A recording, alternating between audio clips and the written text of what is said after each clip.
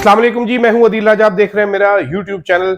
आज जनाब तक तबीयत थोड़ी सी बेहतर है, खंग बहुत ज्यादा है, खांगड़ बकरे की तरह। ये देखिए, ये अब नीचे थी ना, ये अब बोलते बोलते सलाम करते करते ये 1.5 मिनट नीचे हो गई, ये ऊपर हो गई। इनको सेट करना पड़ता है जनाबे वाला। मुच्छा रखना कोई बच्चियां दा खेड नहीं है, ठीक है। ये सेट करना बड़ा मुश्किल हो जाता है इनको। तो खैर जनाबे वाला, कल का फीडबैक का बहुत शुक्रिया। कुछ लोगों का मैसेज था कि इमरान खान की तस्वीर पीछे नहीं है, बाकी सब क्या है वो भी आ जाएगी जनाब। ये अनफिनिश्ड है थोड़ा सा, मैं जल्दी इस पे शुरू किया क्योंकि मुझे बहुत अच्छा लगता है ये बैकग्राउंड। अरशद साहब की तस्वीर नहीं है, वो भी आ जाएंगी। हो सकता है मैं दरमियान में यहाँ पर एक प्लेटफॉर्म बनाने की कोशिश कर रहा हूँ, वो बाबे भी मेरे यहाँ पर तशरीफ फरमा हो जाए रात तक। कोशिश मेरी यही है, आगे जो अल्लाह को मंजूर हुआ तो यहाँ पर मेरे मग भी आ जाएंगे अरशद साहब की तस्वीर वाला। और अरशद साहब ने अपने दफ्तर में बहुत सारी जोकर्स की तस्वीर लगा रखी थी। कोशिश करूंगा कि एक दो जोकर इस साइड पे किधर या इस साइड पे किधर आ जाएं। वो बड़े अच्छे कोट्स लिखे हुए हैं अरशद साहब के, बड़ा फेवरेट काम था ये। पूरे दफ्तर में आपको भी तस्वीर दिखाऊंगा आपको। तो जोकर जो हॉलीवुड की मूवी है उसकी तस्वीर और उसके कोट्स लिखे हुए थे, बहुत इंटरेस्टिंग किस्म के, मोटिवेशनल और बड़े जंगी किस्म के कोट्स लिखे हुए थे।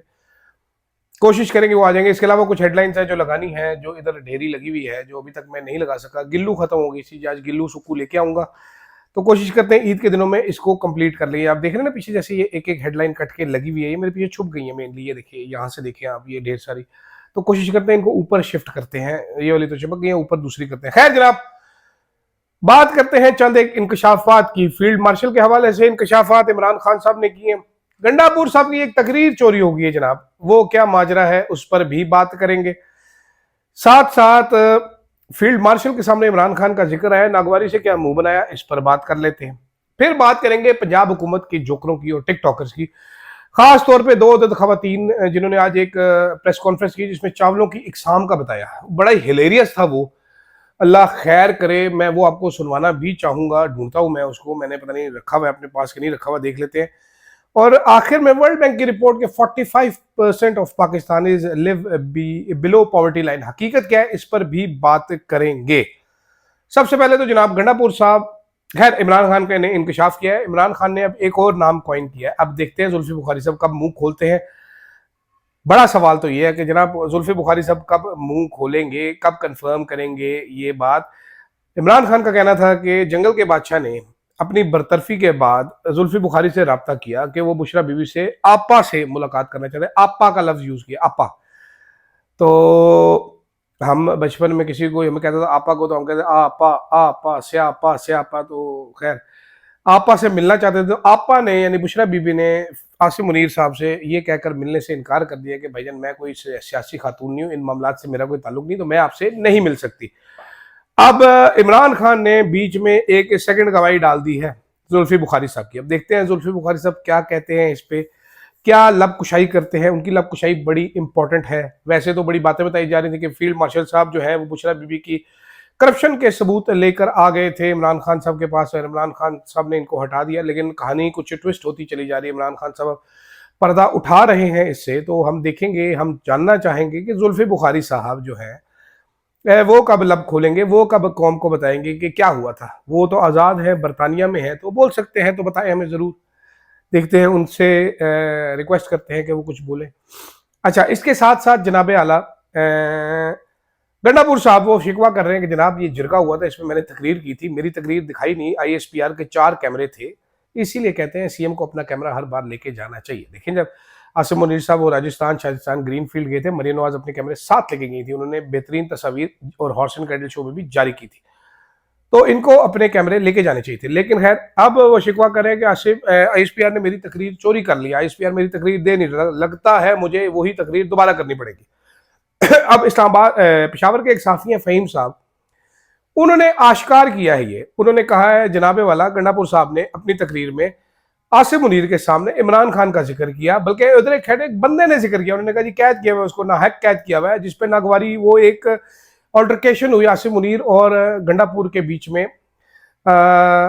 जो फ़हीम साहब है उनकी रिपोर्ट के मुताबिक गंडापुर साहब ने भी कहा कि नाहक कैद किया गया, जिसमें फिर बाद में जब आसिम मुनीर साहब की बारी आई तो उन्होंने कहा कि जी कानून, वो एक जमात कहती थी कानून, तो सब कुछ कानून के मुताबिक हो रहा है। खैर कानून के मुताबिक तो नहीं हो रहा, जाहिर बात अगर कन्फ्रंट किया जाता उधर फील्ड मार्शल साहब को तो अच्छा ना लगता। तो मेरा ख्याल है गंडापुर साहब ने अपना पॉइंट बता दिया। और फहीम साहब का कहना है, और मेरी फहीम साहब की रिपोर्ट के बाद केपीके में एक दो लोगों के साथ बात हुई तो वो मुस्कुराए, उन्होंने कहा जी जो गंडापुर साहब का स्टाइल है, गंडापुर साहब ने उसी स्टाइल में फोर्सफुली उन्होंने लफ्ज यूज किया, फोर्सफुली अपना मौकफ दोहराया है। और वहां पर स्टेज पर खड़े होकर अफगानिस्तान के बारे में, ड्रोन स्ट्राइक के बारे में उन्होंने कहा मेरा वही मौकफ है, केपी गवर्नमेंट की वही पॉलिसी है जो इमरान खान की पॉलिसी है। तो गंडापुर साहब बिल्कुल दाद के मुस्तहिक है, तहसीन के मुस्तहिक हैं कि उन्होंने कलमा हक खड़े होकर कहा। ड्रोन हमलों के ऊपर उन्होंने बड़ा सख्त मौकफ लिया, जिसपे फहीम साहब का कहना है कि आसिम मुनीर साहब को अपनी तकरीर में वजाहत करनी पड़ी। उन्होंने इसको साजिश करार दिया कि हम नहीं कर रहे ड्रोन, आप नहीं कर रहे ड्रोन हमले, तो आपको रोकना पड़ेंगे। ड्रोन हमले हो क्यों रहे आपके होते हुए ड्रोन हमले? बड़ा सवाल, ये तो उससे भी बड़ा सवाल है। एक जो मर्दान कटलिंग वाला है वो तो आईएसपीआर ने ओन किया था हमला कि हाँ जी हमने किया है, ड्रोन नहीं कहा था उन्होंने, लेकिन वो हमला था, वो ड्रोन हमला ही था, बाद में साबित हो गया था। तो यहां तक तो बात समझ आ रही है, कुछ ओन करने पड़ेंगे, कुछ ओन हो चुके हैं, अब देखते हैं क्या होता है इससे आगे मजीद देखना पड़ेगा। लेकिन बड़ी इंटरेस्टिंग सिचुएशन नजर आ रही है जनाबे वाला। इस टाइम इमरान खान कलमा हक कहने से पीछे नहीं हट रहे, जो उन पे जुल्मों सितम करने वाले हैं वो जुल्मों सितम भी भरपूर कर रहे हैं। बुशरा बीबी के ऊपर भी जुल्मों सितम किए जा रहे हैं। इमरान खान की चौथी ईद होगी ये जेल में, फोर्थ ईद होगी ये जेल में। किसी भी पाकिस्तानी सियासतदान ने इससे कठिन जेल नहीं काटी और कोई भी पाकिस्तानी सियासतदान इससे ज्यादा अपने मौकफ पर साबित कदमी से नहीं डटा। बेशक ये डन और ये खत्म शुद और ये रावी और इस जैसे टाउट जो मर्जी कहते रहे, अगला बंदा खड़ा है और बड़ी दिलेरी के साथ खड़ा है। बल्कि वो इतना दिलेर आदमी है कि जब भारत ने कश्मीर के ऊपर 370 किया था तो फौजी स्टैब्लिशमेंट नजम सेठी का इंकशाफ है, फौज ने कहा बस इसको दबा दे मसले को।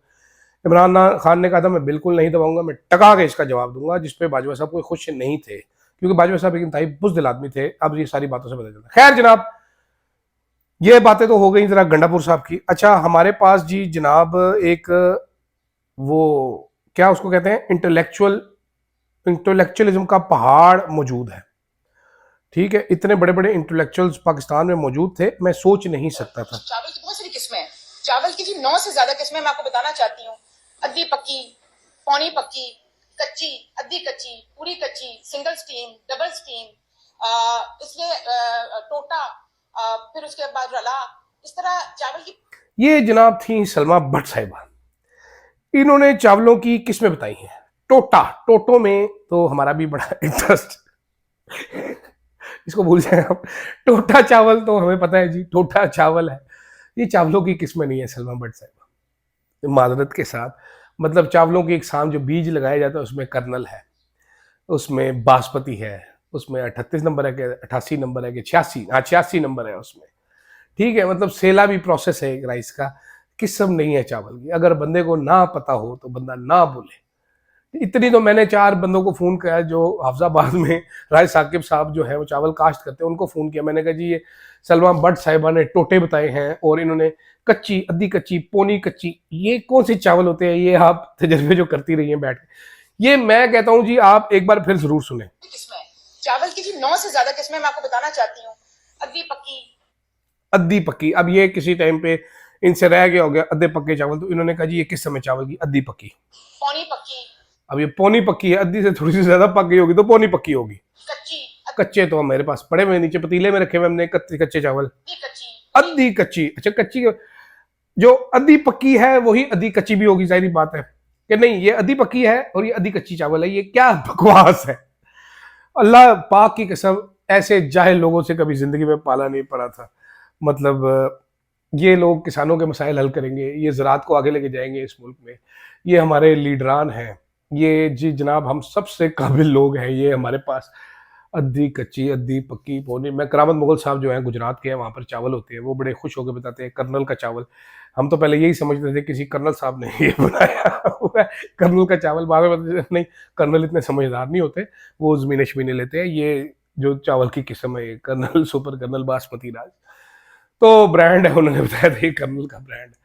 तो खैर जनाबे वाला, यही सूरत हाल है इस टाइम मुल्क की। अद्धी कच्ची, पौनी पक्की, कच्ची, अद्धी पक्की, टोटा चावल बेहतरीन जी है, पीस है, टोटा बड़ा फिट है।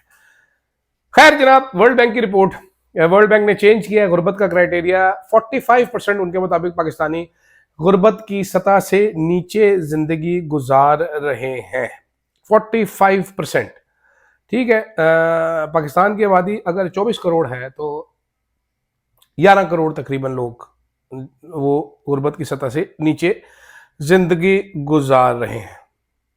ठीक है, अच्छा अब ये फाइंडिंग जो है इन्होंने चेंज किया है, इन्होंने कहा जी जो एक्सट्रीम पॉवर्टी में रहते थे ना, जिनके पास कुछ खाने के लिए भी नहीं होता था प्रोपोर्शन, वो 4.9% से 16.5% हो चुके हैं।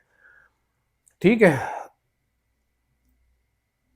$2.5 लाइन से नीचे रहते हैं ये लोग जो पहले था। 82% of the increase in due to high IPL blah blah blah. और पाकिस्तान की पहली जो डेफिनेशन थी कि जी $2.15 पे रहते थे, अब वो 4 कुछ पे आ गए हैं क्योंकि कॉस्ट ऑफ थिंग्स इतनी महंगी हो चुकी है। तो इस मुल्क में जहाँ पर हम टुनटुने और शुनशुने करते हैं, जहाँ पर वीआईपी प्रोटोकॉल मिलता है, जहाँ पर हमारी मैडम चीफ मिनिस्टर साहिबा मर्सिडीज में घूमने जाती हैं जनाब एनवायरनमेंट के खिलाफ मार्च करने, उस मुल्क की आधी आबादी तकरीबन आधी आबादी सतह गुर्बत से नीचे रहती है। ये वर्ल्ड बैंक का एस्टीमेट है। आप मैं दावे से कह सकता हूँ कि अगर आप प्रॉपर सर्वे करवाया जाए तो आपको मालूम होगा दिस इज 60% ऑफ पाकिस्तान। जो लोग एक टाइम खाना खाते हैं, दूसरे टाइम का सोचते हैं, जो लोग या बिल दे सकते हैं या खाना खा सकते हैं, जिन लोगों के पास कोई रोजगार नहीं है, हालात इससे बहुत ज्यादा टफ है। इतने टफ हैं कि आप सोच नहीं सकते। मैं आम आदमी हूँ, आम लोगों में घूमता फिरता हूँ, हालात देखता हूँ। मेरे साथ काम करते हैं ऐसे लोग जो लाख लाख रुपया महीने का कमाते हैं। जो लाख रुपया महीने का कमाता है उसके पास एंड में बचत कुछ नहीं होती है, वो वेला बैठा होता है। जो 1.5 लाख रुपया कमाता है महीने का, वो बोथ एंड मीट कर लेता है जरा बेहतर तरीके से। तो बड़े बुरे हालात है इस टाइम पे, बहुत ज़्यादा बुरे हालात है।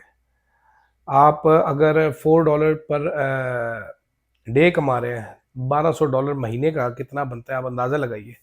आपकी 60% आबादी जो है वो गुर्बत से नीचे ज़िंदगी गुजार रही है। ऐसे में हमारे पास सुना है अब वाइस चीफ आर्मी चीफ भी लगने वाला है, फील्ड मार्शल भी हमारे पास मौजूद है, इनके प्रोटोकॉल है, सियासतदानों के प्रोटोकॉल है, सेनेटर्स हैं, सरकारी बाबूज हैं। पैसा सारा एक साइड पे है, गुर्बत सारी एक साइड पे। ऐसे कब तक चलेगा एक गैर नुमाइंदा हुकूमत के साथ जो कि अवाम की फलाह बहबूद के लिए बिल्कुल इंटरेस्टेड नहीं है। देखते हैं हम भी, आप भी देखें। फिलहाल के लिए इतना ही, इजाज़त दीजिएगा। अल्लाह हाफ़िज़।